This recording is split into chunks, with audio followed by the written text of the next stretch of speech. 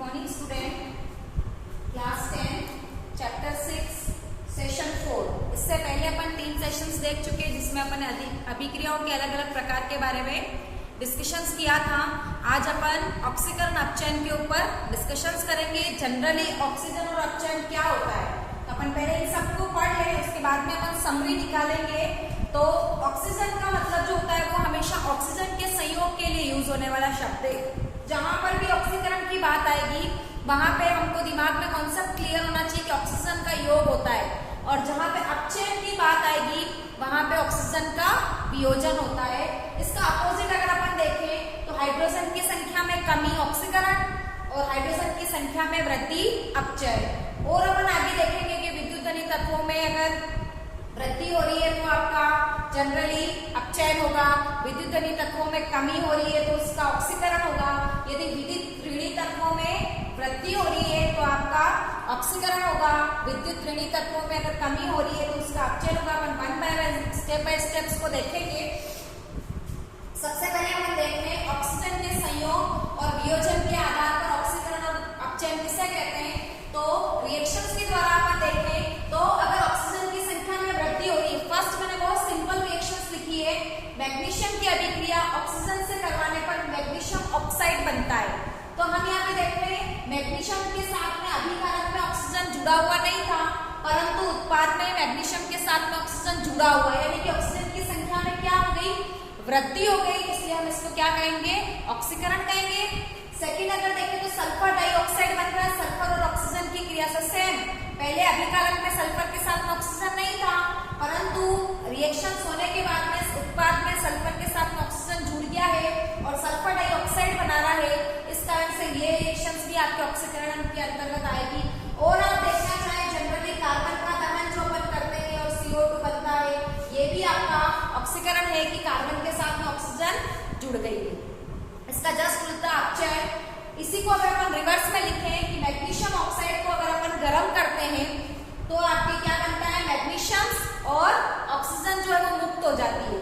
देखेंगे यहाँ पे रिएजेंट के साथ में ऑक्सीजन है, परंतु यहाँ पे उत्पाद के साथ में ऑक्सीजन नहीं है, यानी कि ऑक्सीजन की संख्या में क्या हो गई, कमी हो गई। इसलिए अपन इसको क्या कहेंगे, अपचयन कहेंगे। सेकेंड रिएक्शन देखें तो पोटेशियम क्लोराइड जो है उसको यदि मैग्नीशियम ऑक्साइड के साथ में, ये उत्प्रेरक है जो अपन आगे पढ़ेंगे, कैटालिज्म या उत्प्रेरक, इसकी उपस्थिति में क्रिया करवाने पर पोटेशियम क्लोराइड बनता है और ऑक्सीजन के 3 अणु मुक्त होते हैं। तो देख रहे हैं हम अभिकारक के साथ में ऑक्सीजन जुड़ा हुआ है, परंतु उत्पाद के साथ में ऑक्सीजन अलग हो गया है, यानी कि ऑक्सीजन की संख्या में कमी हो गई।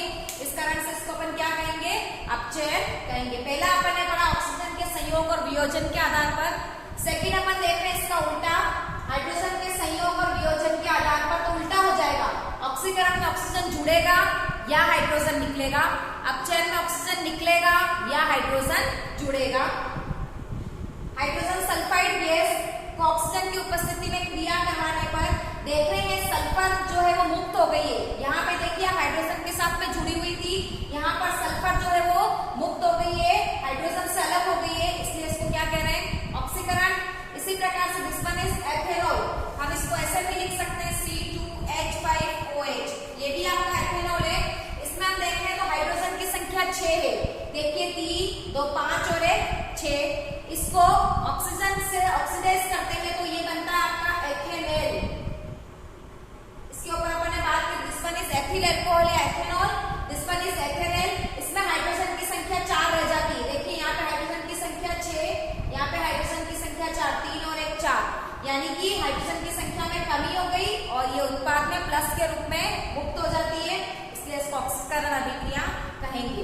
अपचयन में ऑक्सीजन जुड़ता है, देखिए अपचयन में देखिए हाइड्रोजन जुड़ रहा है, H2+Cl2 give rise to 2HCl, hydrochloric अम्ल बन रहा है। इसमें देखिए क्लोरीन के साथ में हाइड्रोजन पहले नहीं थी, उत्पाद में इसके साथ में जुड़ गई है। तो हमने अभी देखा ऑक्सीजन और हाइड्रोजन के संयोग और वियोजन के आधार पर किस प्रकार से ऑक्सीकरण और अपचयन अभिक्रिया होती है। तीसरा अपन देखें विद्युत धनी तत्वों के संयोग और वियोजन के आधार पर। विद्युत धनी तत्व क्या होते हैं, ऐसे तत्व जो धन आयंस बनाते हैं वो आपके जनरली विद्युत धनी तत्व कहलाते हैं, जैसे कि सारे मोस्टली मेटल्स। अब विद्युत धनी तत्वों का अगर निष्कासन हो रहा है, यानी कि विद्युत धनी तत्व अगर निकल रहे हैं तो इस अभिक्रिया ऑक्सीकरण कहेंगे। एग्जाम्पल अगर अपन देखें तो पोटेशियम आयोडाइड की अभिक्रिया क्लोरीन से करवा रहे हैं तो हमारे क्या बन रहा है, पोटेशियम क्लोराइड से आयोडीन। इसमें आयोडीन जो है वो आपका विद्युत धनी तत्व है और वो क्या हो गया, निष्कासित हो गया। अब चलिए इसका उल्टा हो जाएगा, यदि विद्युत धनी तत्व जुड़ जाते हैं, यहाँ पे निकल रहे हैं, यहाँ पे जुड़ रहे हैं, देख रहे हैं अपन Cl2 यानी क्लोरीन की अभिक्रिया मैग्नीशियम से करवाने पर देख रहे हैं मैग्नीशियम यहाँ पर विद्युत धनी तत्व है, धन आयन बनाता है, ये क्लोरीन के साथ में जुड़ गया है, MgCl2 मैग्नीशियम क्लोराइड बनाया। तो ऐसी अभिक्रिया को अपन क्या कहेंगे, अपचयन कहेंगे। समरी देखें, विद्युत धनी तत्वों का अगर निष्कासन होता है तो ऑक्सीकरण और विद्युत धनी तत्व अगर जुड़ते हैं तो अपचयन। इसका उल्टा विद्युत ऋणी तत्व के ऊपर अपन डिस्कशन करें तो उल्टा क्या हो जाएगा, विद्युत धनी तत्वों का अगर निष्कासन ऑक्सीकरण है तो विद्युत धनी तत्व का जुड़ना क्या हो जाएगा, आपका अपचयन हो जाएगा। वही चीज है, देखिए ऑक्सीकरण यानी कि विद्युत ऋणी तत्वों का योग, मैग्नीशियम की अभिक्रिया क्लोरीन से करवाने पर मैग्नीशियम Cl। देखिए इसको मैंने यहाँ पर अपचयन के उसमें एग्जाम्पल में लिखा है, लेकिन यहाँ पर मैंने उसको ऑक्सीकरण के अपचयन एग्जाम्पल में लिखा है। क्यों, तो अपोजिट है। अपचयन में इसलिए लिखा कि विद्युत धनी तत्वों का संयोग हो रहा था और ऑक्सीकरण में इसलिए लिखा कि विद्युत ऋणी तत्वों का संयोग हो रहा है। यहाँ पे ये विद्युत ऋणी तत्व है इसलिए, और यहाँ पे ये विद्युत धनी तत्व था इसलिए, दोनों रिएक्शंस में हम अंतर देखेंगे। संयोग हो रहा है इसको मैंने प्लस में लिखा है, यहाँ पे विद्युत जो आपके ऋणी तत्व का संयोग हो रहा है इसलिए मैंने क्लोरीन को बाद में लिखा है। दोनों रिएक्शंस में आपको अंतर समझ में आ रहा होगा। विद्युत धनी तत्व का संयोग हो रहा है इसलिए Mg बाद में आया है, विद्युत ऋणी तत्व का संयोग हो रहा है इसलिए मैंने क्लोरीन यहाँ पर बाद में लिखा है, और इससे क्या बनता है, मैग्नीशियम क्लोराइड बनता है। यदि विद्युत ऋणी तत्व का ह्रास होता है या निष्कासन होता है उसको अपन अपचयन कहेंगे। इसका जस्ट उल्टा हो जाएगा। देखिए फेरस क्लोराइड है आपका, इसकी अभिक्रिया हाइड्रोजन से करवाने पर फेरिक क्लोराइड बनता है। देखिए विद्युत ऋणी तत्वों का वियोजन हो रहा है, ये विद्युत ऋणी तत्व था, क्लोरीन यहाँ पे 3 थे, यहाँ पे आपके उत्पाद में क्लोरीन 2 रह जाते हैं, तो विद्युत ऋणी तत्व का क्या हो गया, कमी हो गई, इसलिए अपन इसको अपचयन में लिखेंगे। फोर्थ अगर देखें अपन इलेक्ट्रॉन के आदान प्रदान के आधार पर जो आपके है ऑक्सीकरण और अपचयन क्या होता है, तो ऑक्सीकरण का मतलब होता है इलेक्ट्रॉन का त्याग करना, इलेक्ट्रॉन को मुक्त करना, और अपचयन का मतलब होता है इलेक्ट्रॉन को ग्रहण करना।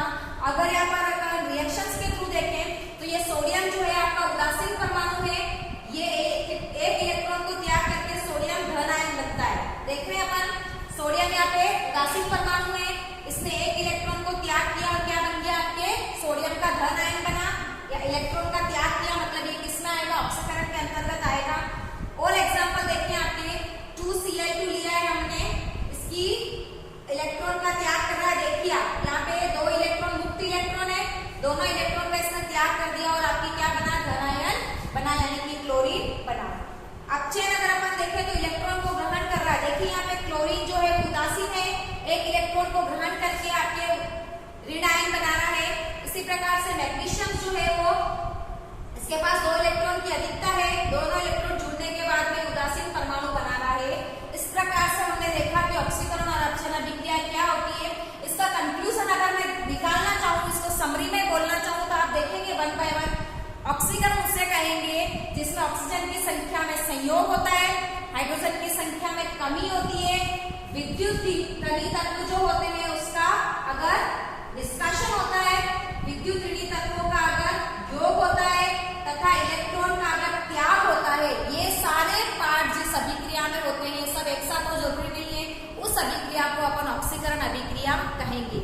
अपचयन किसे कहेंगे, इसका उल्टा, जिसमें ऑक्सीजन की वियोजन होता है, हाइड्रोजन में संयोज होता है, विद्युत धनी तत्वों में का योग होता है, विद्युत ऋणी तत्वों का वियोजन होता है तथा इलेक्ट्रॉन को जो ग्रहण करके धन आयन बनाता है, ऐसे जो परमाणु होते हैं या ऐसी जो अभिक्रियाएं होती है उसको अपन क्या कहेंगे, अपचयन अभिक्रियाएं कहेंगे। ध्यान रखना यहाँ पे विद्युत धनी तत्व जो है वो आपका धन आयन जो है वो इलेक्ट्रॉन को त्याग करके विद्युत धनी तत्व बनता है, तो ऋण आयन की मात्रा में कमी होती है। यहाँ पे आपके ऋण आयन की मात्रा में वृद्धि, धन आयन में कमी और उदासीन परमाणु का निर्माण होता है।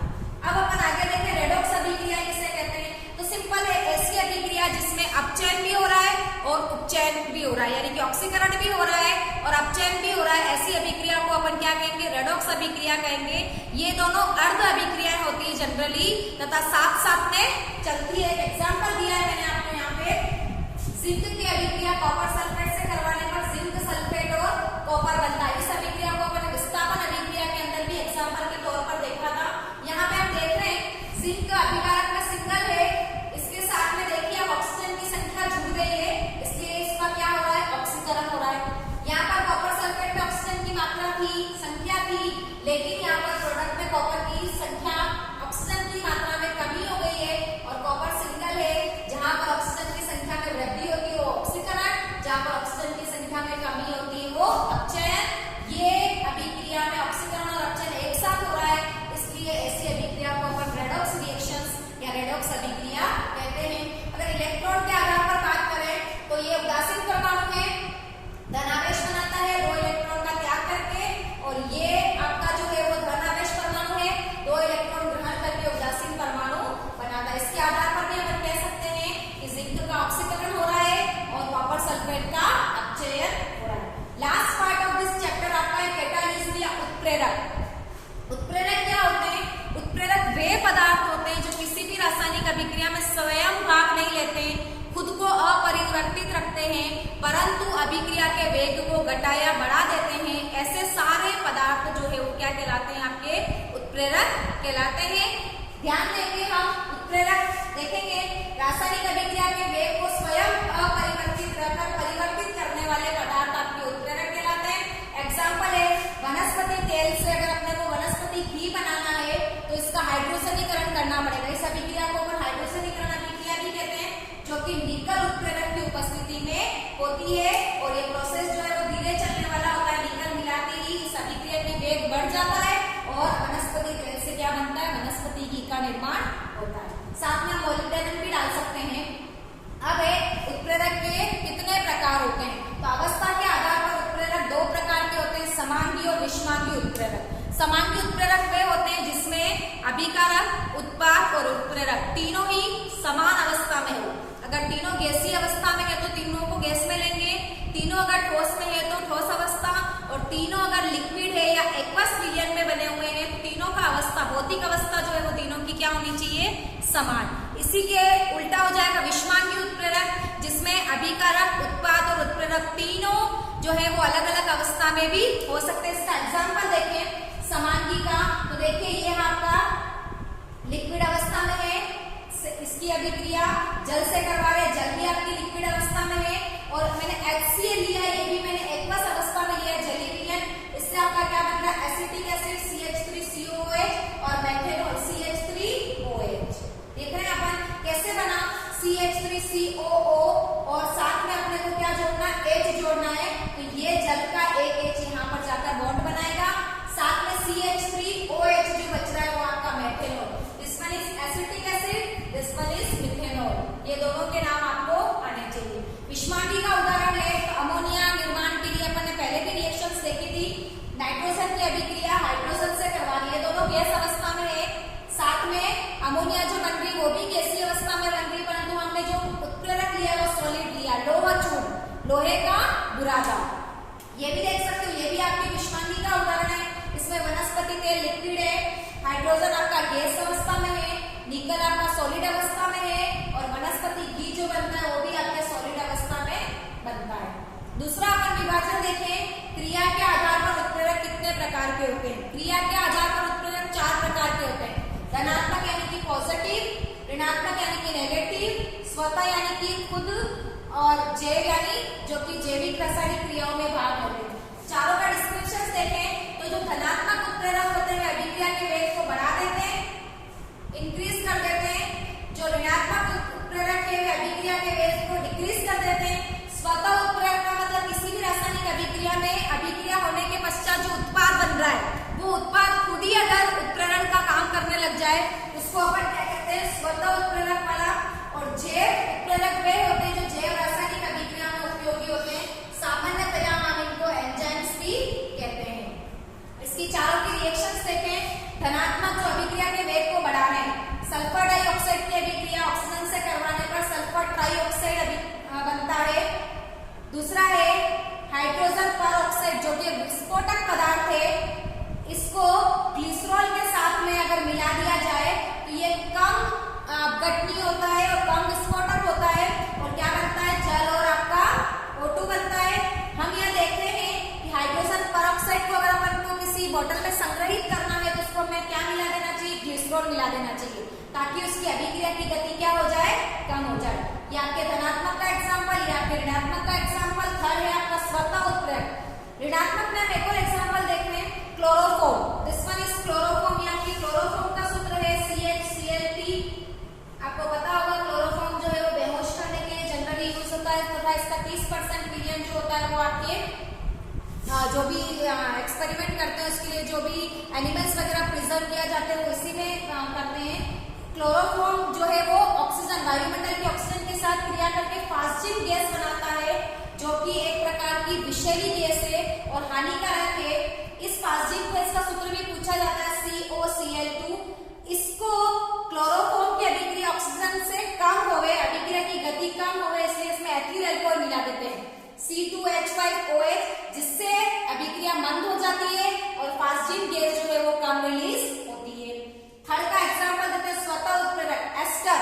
कल अपन इस अभिक्रिया को बिफोर क्लास में देखा था। एस्टर की अभिक्रिया जल से करवाने पर एसिटिक एसिड और इथेनॉल बनता है। देख रहे हैं हम यहाँ पर इथेनॉल एसिड CH3COOH, यहाँ पे जनरली इसका H यहाँ H जुड़ेगा और OH जो बचेगा वो आपके यहाँ पर आकर जुड़ेगा। ये अभिक्रिया में जैसे ही थोड़ा सा एसिटिक एसिड का निर्माण होता है, तुरंत एसिटिक एसिड यहाँ पर स्वतः उत्प्रेरक का काम करके अभिक्रिया को क्या कर देता है, गति को बढ़ा देता है। लास्ट है जैव उत्प्रेरक। बहुत सारे एंजाइम्स के बारे में मैंने पढ़ा है, जैसे कि माल्टोज को ग्लूकोज में बदलने के लिए माल्टेज नामक एंजाइम यूज होता है। ये आपके यूरिया के बारे में आपको पता होगा, प्रथम कार्बनिक यौगिक जो कि प्रयोगशाला में बनाया गया था, उसको वोल्ट ने बनाया था, वोलर ने बनाया था। यूरिया का सूत्र होता है NH2CO NH2। जब इसकी अभिक्रिया जल के साथ करवाई जाती है तो अमोनिया और कार्बन डाइऑक्साइड बनता है और किसकी उपस्थिति में अभिक्रिया होती है, यूरियाज नामक एंजाइम की उपस्थिति में क्रिया संपन्न होती है। नेक्स्ट अपन देखिए उत्प्रेरक वर्धक और उत्प्रेरक विष। नाम से क्लियर हो रहा है, उत्प्रेरक वर्धक यानी कि वे पदार्थ जो किसी रासायनिक अभिक्रिया में उत्प्रेरक की गति को बढ़ा देते हैं, स्वयं भाग नहीं लेते हैं, ऐसे पदार्थ आपके उत्प्रेरक वर्धक कहलाते हैं। तथा वे पदार्थ जो रासायनिक अभिक्रिया में स्वयं भाग नहीं लेंगे, जो भाग ले रहा है उत्प्रेरक उसकी गति को कम कर देते हैं, उसको अपन उत्प्रेरक विष कहते हैं।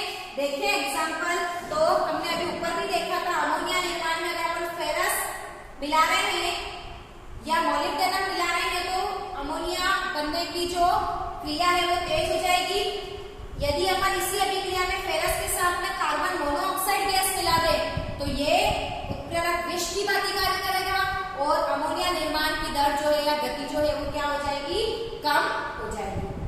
यहाँ पर हमारा चैप्टर लगभग खत्म होता है। उत्प्रेरक के कुछ गुण है जिसको अपन देख लेते हैं। पहला, उत्प्रेरक रासायनिक अभिक्रिया में स्वयं भाग नहीं लेते हैं, केवल उसकी गति को क्या कर देते हैं, बढ़ा देते हैं, यानी कि रासायनिक संगठन और मात्रा में कोई परिवर्तन नहीं करते हैं। उत्प्रेरक जो है वो किसी भी रासायनिक अभिक्रिया में बहुत कम मात्रा में यानी कि सूक्ष्म मात्रा में आवश्यक होते हैं। प्रत्येक अभिक्रिया के लिए ऐसा जरूरी नहीं कि एक ही उत्प्रेरक को आप सभी अभिक्रिया में यूज करो। स्पेसिफिक रिएक्शन के लिए किसी स्पेसिफिक उत्प्रेरक की आवश्यकता होती है। प्रत्येक रिएक्शन के लिए विशिष्ट उत्प्रेरक आवश्यक होता है। उत्प्रेरक केवल अभिक्रिया की गति को बढ़ा देते हैं, अभिक्रिया को शुरू करने का काम उत्प्रेरक नहीं करते, यानी कि रिएक्शंस को प्रारंभ नहीं करते। किसी अगर रासायनिक अभिक्रिया में अर्ध अभिक्रिया चलती है, अर्ध और प्रति, यानी कि उत्क्रमणीय अभिक्रिया है जिसमें अभिकारक से उत्पाद भी बन रहे हैं और उत्पाद से अभिकारक भी बन रहे हैं, ऐसी अभिक्रियाओं में उत्प्रेरक जो है वो समान रूप से प्रभावित करता है। जितनी अभिक्रिया की अग्रगति को बढ़ाया है उतना ही प्रतिगति को भी बढ़ाएगा। और लास्ट ये कि उत्प्रेरक जो है वो निश्चित तापमान पर ही अभिक्रियाशील रहते हैं, तापमान घटाने या बढ़ाने से उनकी क्रियाशीलता प्रभावित होती है। तो हमने 6th चैप्टर के लास्ट सेशन में जो पढ़ा है वो है आपका ऑक्सीकरण और अपचयन। अपन ने 4 प्रकार से देखा था। रेडॉक्स अभिक्रिया देखी, उत्प्रेरक, इसके ऊपर भी आपके बोर्ड एग्जाम में क्वेश्चन आता है कि भौतिक अवस्था के आधार पर उत्प्रेरक कितने प्रकार के होते हैं, उत्प्रेरक की विशेषताएं लिखिए या गुण लिखिए। फास्जिन वाली जो रिएक्शन है ये भी जनरली एग्जाम में पूछी जाती है। और वनस्पति तेल और घी में किस प्रकार का उत्प्रेरक होता है इसके बारे में भी बोर्ड एग्जाम में क्वेश्चन पुट अप किए जाते हैं। तो हमने आज के सेशन में जो पढ़ा उसको आप बहुत ढंग से पढ़े। आज आज के लिए इतना ही। कल नेक्स्ट सेशन में नए चैप्टर के साथ हम फिर से मिलेंगे। Thank you.